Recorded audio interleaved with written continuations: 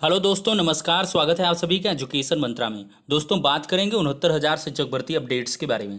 देखिए दोस्तों, आज मुकदमा काफ़ी हद तक सुना गया। अटलंत सुनवाई हुई। पीएस पटवालिया साहब और इसके बाद सीए सुंदरम साहब, दो टॉप मोस्ट सीनियर एडवोकेट्स हैं शिक्षा मित्रों की तरफ से। उन्होंने बखूबी पक्ष रखा। 60-65 के खिलाफ और 40-45 के समर्थन में और बीएड के खिलाफ तीन मुद्दों पर उन्होंने बहस की। बीएड की खिलाफत की, 60-65 की खिलाफत की और 40-45 का बचाव किया, वेटेज का बचाव किया। तो इन सभी मुद्दों पर चर्चा करेंगे और साथ ही साथ क्या कल निर्णायक दिन है, इस पर भी चर्चा होगी और सुनवाई का बिंदुवार विश्लेषण आपको मिलेगा और आखिरकार जीत किसकी होगी, इस मुद्दे पर भी चर्चा करेंगे। तो सबसे पहले तो थंबनेल में हमने जो लिखा है 15 जुलाई खुशखबरी खुशखबरी, तो 15 जुलाई की एक खुशखबरी ये है कि matter next date of hearing के लिए लगा और वो मिली 16 की डेट। ललित साहब की कल बेंच भी नहीं बैठ रही थी। मतलब एक तरीके से चीज़ें, मतलब क्या है कि आप जो सोच नहीं सकते उस तरीके से घटित हुई हैं। मतलब जो अनचाही चीज़ें थी वो घटित हुई हैं। ललित साहब खुद इस मुकदमे पर इतनी दिलचस्पी दिखा चुके हैं कि उन्होंने कहा कि कल मैं इस मैटर को फाइनल करूंगा। कल मेरी बेंच भी नहीं है, फिर भी मैं इस मैटर को फाइनली सुनूंगा और 10:30 बजे से बेंच बैठेगी और बेंच में मैटर डिसाइड होगा। हालांकि अभी थोड़ा क्या है कि 16 को मैंने दिखाया था कि कंप्यूटर जनरेटेड डेट है, वहाँ पर कोई दिखा रहा है कि थोड़ा सा अपडेट टाइप हुई कि 22 की उसमें साथ है। उसको लेकर कोई इश्यू नहीं दोस्तों, वो बदलती रहती है। पर जज साहब के जो कमेंट्स हैं वो यही हैं कि कल की नेक्स्ट डेट लगाई गई है। सारे एडवोकेट्स ने सुना है बाकायदा वीडियो कॉन्फ्रेंसिंग से। जो उस वक्त जुड़े रहे होंगे, कल 10:30 बजे से मैटर फाइनली सुना जाएगा। तो कल का दिन बहुत निर्णायक होने वाला है और कल आखिरकार किसकी जीत होगी इस पर भी हम चर्चा कर लेते हैं। सबसे पहले तो बिंदुवार विश्लेषण कर लें। देखिए दोस्तों, क्या हुआ कि आज सुप्रीम कोर्ट में बहुत सारे मुकदमे लगे हुए थे। तो कोर्ट नंबर 3 का हाल कुछ ऐसा रहा कि पहले आइटम नंबर 1 to 6, फिर 19, 20 और 21 सुना गया। फिर इसके बाद 7 और 18 तक के आइटम नंबर, ये फिर इसके बाद एट लास्ट सुना गया 69,000 वाला मैटर। फिर 10 नंबर पर राम शरण मौर्य की जो एसएलपी थी 6841 ऑफ 2020, उस पर बहस शुरू हुई। सॉलिसिटर जनरल साहब बोले कि ऑर्डर ऑफ मॉडिफिकेशन पर बहस करवाई जाए। जज साहब कहे कि नहीं, हम पूरे मतलब मामले को सुनेंगे और इसके बाद पूरा फाइनल करेंगे। जज साहब ने साफ साफ कहा कि हम मैटर को डिस्पोज करेंगे। फिर सबसे पहले वी शेखर साहब को शिक्षा मित्रों की तरफ से मामले की सुनवाई के लिए कहा गया।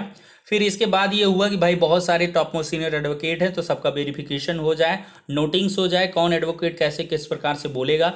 तो फिर इस पर चीज़ें हुई। तो शेखर साहब को सुनने के लिए थोड़ा सा चीज़ें बन रही थी, माइक को म्यूट वगैरह किया जा चुका था, लेकिन वो कनेक्ट नहीं हो पाए।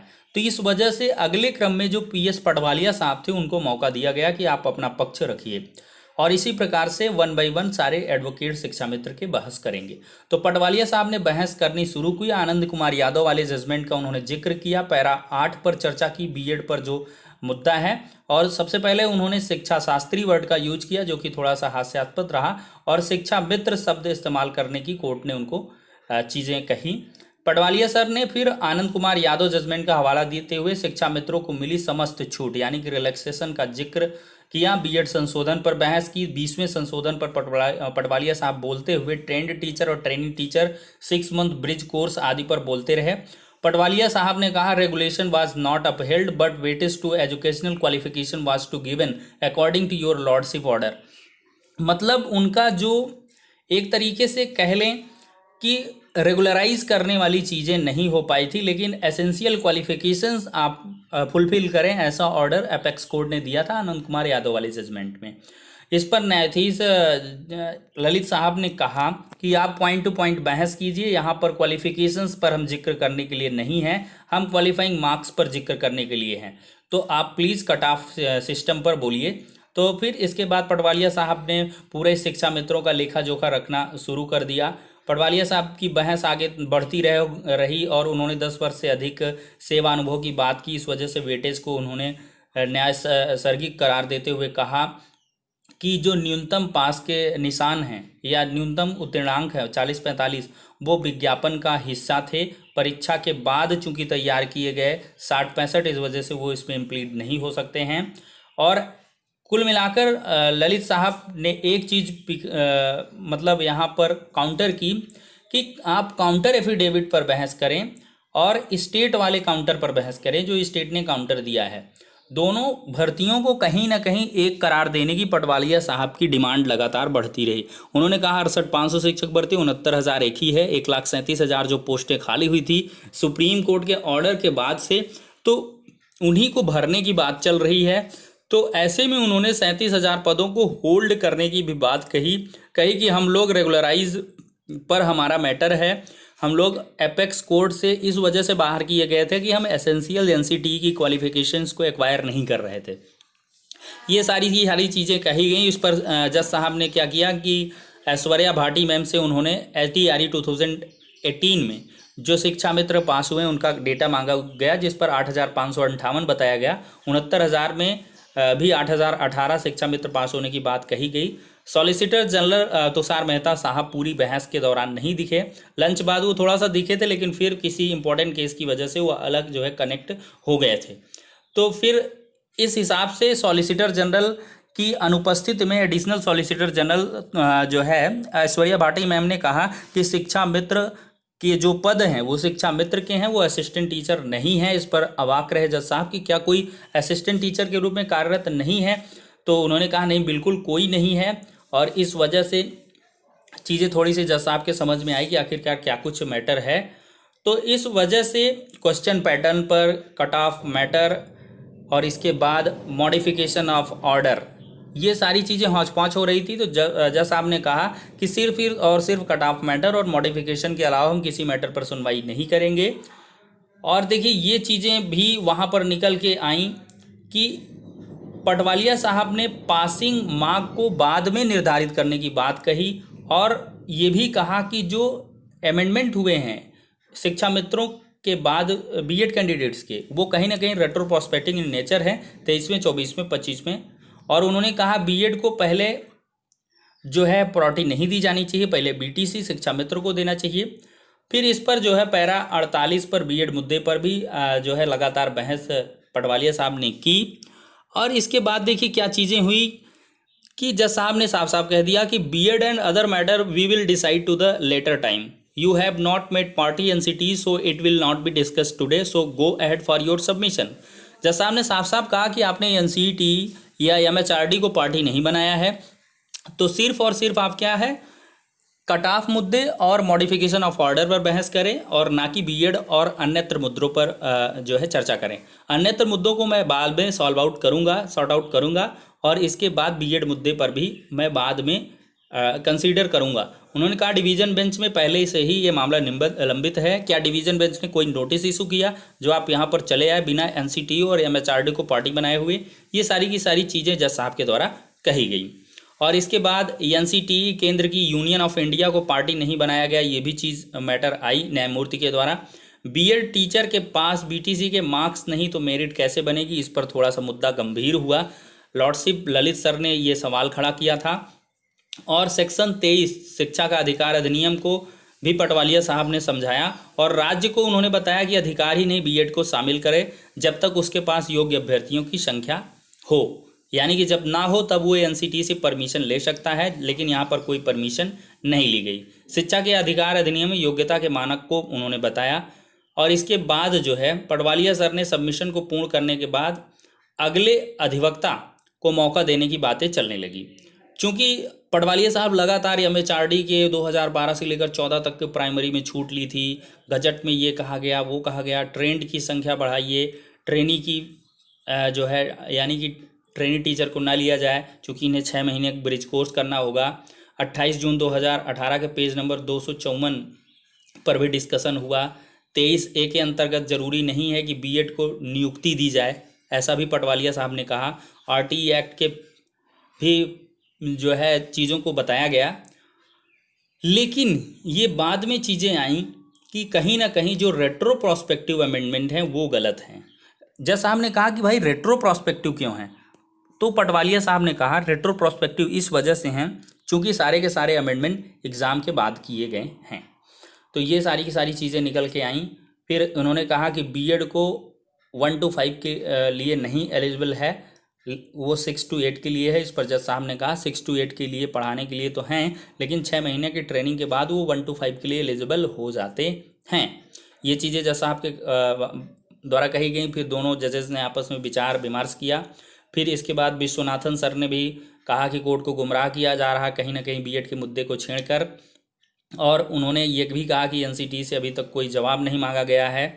पटवालिया सर को फिर इसके बाद जल्द से जल्द सबमिशन कहने की जो है बातें कही गई, और विश्वनाथन सर भी बीच में बोलने लगे कि 37,000 पदों को होल्ड न किया जाए, जल्द से जल्द भर्ती प्रक्रिया को रिज्यूम किया जाए, क्योंकि उत्तर प्रदेश को 69,000 शिक्षक की बेहद आवश्यकता है। शिक्षक छात्र अनुपात काफ़ी तेज़ी से बिगड़ रहा है। तो इस पर जो है सीए सुंदरम सर आ गए। उन्होंने कहा कि जो है सिलेक्शन क्राइटेरिया पर हम बहस करेंगे, और उन्होंने कहा कि ये टीटी पास शिक्षा मित्र हैं जो एनसीटी के नाम को रखते हैं। तो इस दौरान क्या हुआ कि सीए सुंदरम साहब की बहस जारी हो गई। पटवालिया साहब ने अपने सबमिशन को ख़त्म कर दिया और उन्होंने कहा मुझे आर्गूमेंट ज़्यादा कुछ नहीं करनी, मेरा सब कुछ मतलब फाइनल हो गया। तो एटीआरई 2019-18 पर डिस्कशन करते हुए सीए सुंदरम साहब की भी जो बहस है वो कहीं ना कहीं 23वें, 24वें, 25वें संशोधन पर जा पहुंची, और उस पर वो बहस करने लगे। और फिर इस पर जज साहब ने साफ साफ टोक दिया कि आप रिपीटेड आर्गूमेंट ना करें, जो पटवालिया साहब ने बोल दिया है उसको आपको कहने की ज़रूरत नहीं है, हमने नोटिंग्स कर ली हैं। ये सारी की सारी चीज़ें रहीं दोस्तों। फिर सीए सुंदरम साहब ने ये साबित करने की कोशिश की कि एटीआरई 2019 और 18 कहीं ना कहीं एक ही भर्ती के दो पार्ट हैं, और जो एक एटीआरई 2018 के क्वालिफाइंग मार्क्स हैं उनको एटीआरई 2019 में रखा जाना चाहिए। जज साहब ने इस पर सवाल उठाया कि ऐसे कैंडिडेट्स का क्या होगा जो 40-45 पर पास हो रहे हैं शिक्षा मित्रों के अलावा, जो 2,15,000 के करीब हैं। तो इस पर भी बहस देखने के लिए मिली कि 40-45 पर तो बहुत ज़्यादा कैंडिडेट्स हो जाएंगे। तो मतलब फिर फाइनलाइज नहीं हो पाया मैटर, और जज साहब ने इसकी नेक्स्ट डेट ऑफ हियरिंग कल की लगा दी है। तो जो सारी की सारी दोस्तों बहस हुई है उसको आपने देखा है कि वही डिवीजन बेंच वाली रिपीटेड बहस हो रही है। सारी की सारी चीज़ें वही हैं। मैं कह रहा हूँ कि rule of the game can not be change after the commencement of the game, और रेट्रोप्रोस्पेक्टिव इन नेचर जो अमेंडमेंट किए गए हैं, दो मुद्दे हैं। बीएड को ये फंसा रहे हैं, 40-45, 60-65 को ये फंसा रहे हैं। अदरवाइज हर एक चीज़ क्लियर है, क्लैरिफाइड है, और जज साहब उसको समझ भी रहे हैं। एनसीटी ने पहले से जो नॉर्म्स डिसाइड किए हैं उनके अकॉर्डिंग ही वो बाइंडिंग हैं स्टेट गवर्नमेंट को, और इसके बाद ही स्टेट गवर्नमेंट ने किया है। और कहीं ना कहीं यार इतने ज़्यादा कैंडिडेट्स ने पार्टिसिपेट कर लिया, एग्ज़ाम दे दिया, पास आउट हो गया, अब उनको बाहर करना मुझे नहीं लगता ऐसा हो पाएगा। लेकिन फिर भी देखते हैं। जज साहब ने कहा है कि मैं बाद में इस मैटर को फाइनलाइज करूंगा, और बीएड मुद्दे पर भी मैं बहस करवाऊंगा और इस मैटर को भी फाइनल करूंगा, लेकिन पहले मॉडिफिकेशन पर और 60-65 वर्सेस 40-45 पर मैं सुनवाई करना चाहता हूँ, सुनवाई करवाना चाहता हूँ, या जो भी चीज़ें हैं सुनना चाहता हूँ। तो इस पर फाइनली चीज़ें हुई हैं, मतलब एट लार्ज सीए सुंदरम साहब और इसके बाद पीएस पटवालिया साहब, दो के argument complete. Additional solicitor general जो ऐश्वर्या भाटी रहीं, उनके थोड़े बहुत क्वेश्चन आंसर होते रहे, लेकिन कल सॉलिसिटर जनरल की उपस्थित बहुत ही आवश्यक है। मैं बता दूं, आप लोग ट्विटर पर लग जाइए, मंत्री जी को ट्वीट करिए, मुख्यमंत्री जी को ट्वीट करिए, लगातार अनुनय आग्रह विग्रह जो भी करना है करिए, फटाफट आला अधिकारियों से अगर आपके संपर्क हैं तो उसके माध्यम से कहलवाइए कि सॉलिसिटर जनरल कल अवश्य प्रेजेंट रहें। कल उनका रहना नितांत आवश्यक है, क्योंकि additional solicitor general Aishwarya Bhati ma'am उतनी अच्छी तरीके से चीज़ों को नहीं रख पा रही थी, ये एविडेंट है। तो इस प्रकार से 69,000 शिक्षक भर्ती के जो जल्द से जल्द पूर्ण होने पर मतलब निगाहें टिकाए हैं, तो उनको अवश्य चाहिए कि थोड़ा सा ट्विटर पर अपना योगा कर लें, जल्दी से जल्दी वहाँ पर ट्वीट करें, हज़ारों लाखों का ट्वीट का जाल बिछा दें, और साथ ही साथ रिक्वेस्ट का अप्रोच रहना चाहिए। ये नहीं कि वहाँ पर क्यों नहीं आए एडिशनल सॉलिसिटर जनरल की जगह, मतलब सॉलिसिटर जनरल, ऐसा वैसा नहीं यार, रिक्वेस्ट करिए। कुल मिला के हो सकता है कोई इंपॉर्टेंट मैटर रहा हो सरकार का, तो इस वजह से वो वहाँ पर बहस कर रहे हैं। तो फिलहाल के लिए ये बिंदुवार विश्लेषण है दोस्तों। तो कहीं ना कहीं जो चीज़ें निकल के आ रही हैं, मैंने पूरी चीज़ों को एनालाइज किया, उसके आधार पर जीत की ओर 60-65 ही बढ़ रहा है। क्योंकि जज साहब के कई बार कमेंट आए कि ऑलरेडी 1,46,000 कैंडिडेट पास हो रहे हैं, अगर हम कट ऑफ को नीचे रखेंगे तो और भी ज़्यादा पास होंगे। तो और कैंडिडेट्स का क्या होगा? अगर आप इतनी सीटें होल्ड करवाना चाहते हैं कि 37,000 शिक्षा मित्रों को 40-45 पर कर दीजिए और 60-65 पर, ऐसा कैसे संभव है? ऐसा हो ही नहीं सकता है। जो 40-45 पर और अनदर कैंडिडेट्स हैं, उससे क्या होगा? हौच पौच की कंडीशन जनरेट हो जाएगी। और ये एकदम से एविडेंट है, स्पष्ट है कि बिल्कुल ऐसा होगा। तो इस वजह से जो 60-65 का पक्ष है वो काफ़ी मजबूत दिख रहा है। बीएड भले थोड़ा सा कमजोर इस वजह से दिख रहा है क्योंकि उनके एडवोकेट्स ने अभी सबमिशन रखना स्टार्ट नहीं किया है, ना ही अभी स्टेट गवर्नमेंट ने स्टार्ट किया है। स्टेट गवर्नमेंट ने बस इतना कहा कि एनसीडी और मतलब ऐश्वर्या मैम ने सिर्फ थोड़ी बहुत मोटी मोटी चीज़ों को बताया है। सॉलिसिटर जनरल इसको बखूबी समझा सकते हैं, बता सकते हैं और इसको स्पष्ट भी कर सकते हैं। तो इस वजह से बीएड कैंडिडेट को उनका भयभीत होने की आवश्यकता नहीं। यार, इतने बड़े बड़े एडवोकेट्स का पैनल करके रखा है आपने, हरीश साल्वे जैसे एडवोकेट हैं, इस प्रकार के बहुत सारे एडवोकेट हैं, तो वो लोग बचा ले जाएंगे, ऐसा मुझे उम्मीद है और बहस भी ऐसी दिख रही है। तो कुल मिलाकर कल का दिन दोस्तों निर्णायक होने वाला है और ये वीडियो भी काफ़ी लंबी हो रही है, 16 मिनट की हो गई। तो फिलहाल के लिए इस वीडियो सेशन को इतना ही करके ख़त्म करेंगे क्योंकि हर एक चीज़ों को मैंने यहाँ पे कवर कर दिया है, हर एक चीज़ को मैंने यहाँ पर डिस्कस कर दिया है। तो ठीक है, वीडियो को एक बार दबा के लाइक कर देना और चैनल पर नए हो तो सब्सक्राइब करके बेल आइकन को भी प्रेस कर देना, जिससे कि लेटेस्ट वीडियोज़ की नोटिफिकेशन आप सभी को मिलती रहे। तो नेक्स्ट वीडियो में मिलते हैं, तब तक के लिए शुक्रिया, धन्यवाद।